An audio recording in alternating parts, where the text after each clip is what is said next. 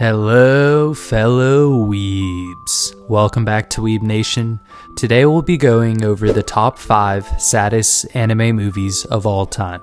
I know sometimes we are just in a sad mood and want a good cry.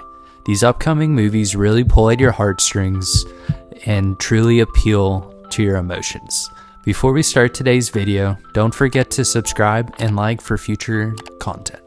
In number 5, we have The Girl Who Leapt Through Time. A high school girl named Makoto acquires the power to travel back in time and decides to use it for her own personal benefits. Little does she know, she is affecting the lives of others just as much as she is her own. The tale looks at the responsibilities of power and the repercussions if it is misused. Makoto initially selfishly time leaps looks like harmless fun, but her attempts to micromanage her own and her friends' lives through time leaps has unforeseen ramifications that also lead to tragedy. Though the resolution is a bit unsatisfying, Hosoda gets the characterization of a self-absorbed teenage girl right.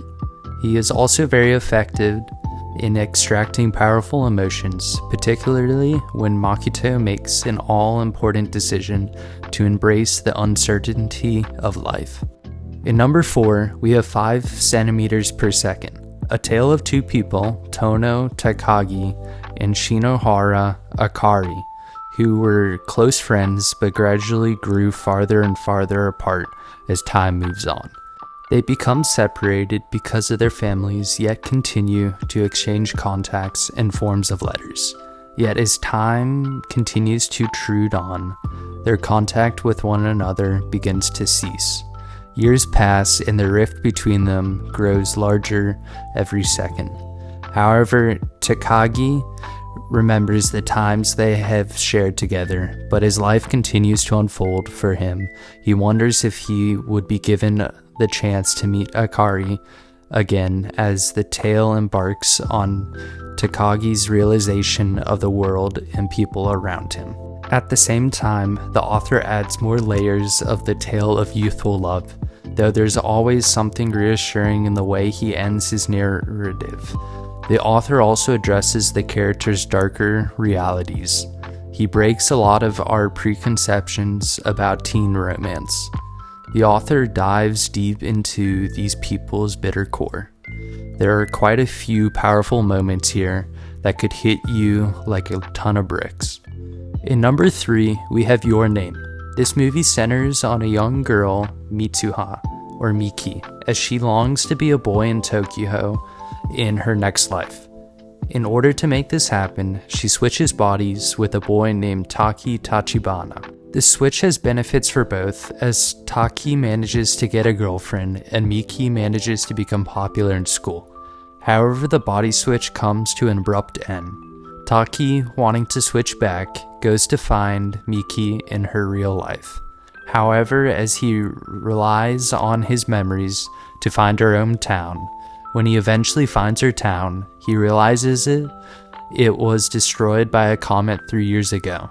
This is when he realizes that their timeline has 3 years of difference. Taki decides to go to a sacred shrine in order to reconnect their bodies so he can warn Miki about the comet and save her from death.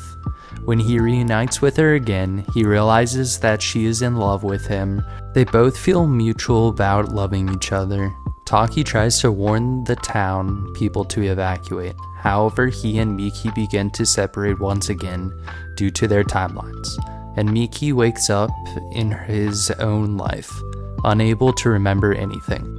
In number 2, we have Silent Voice. Silent Voice is an emotional and beautiful movie that almost anyone can relate to in some shape or form. The story is both heart-wrenching and heartwarming. It also tackles many issues such as bullying, social anxiety, depression, and suicide. Many of the characters deal with some of these issues.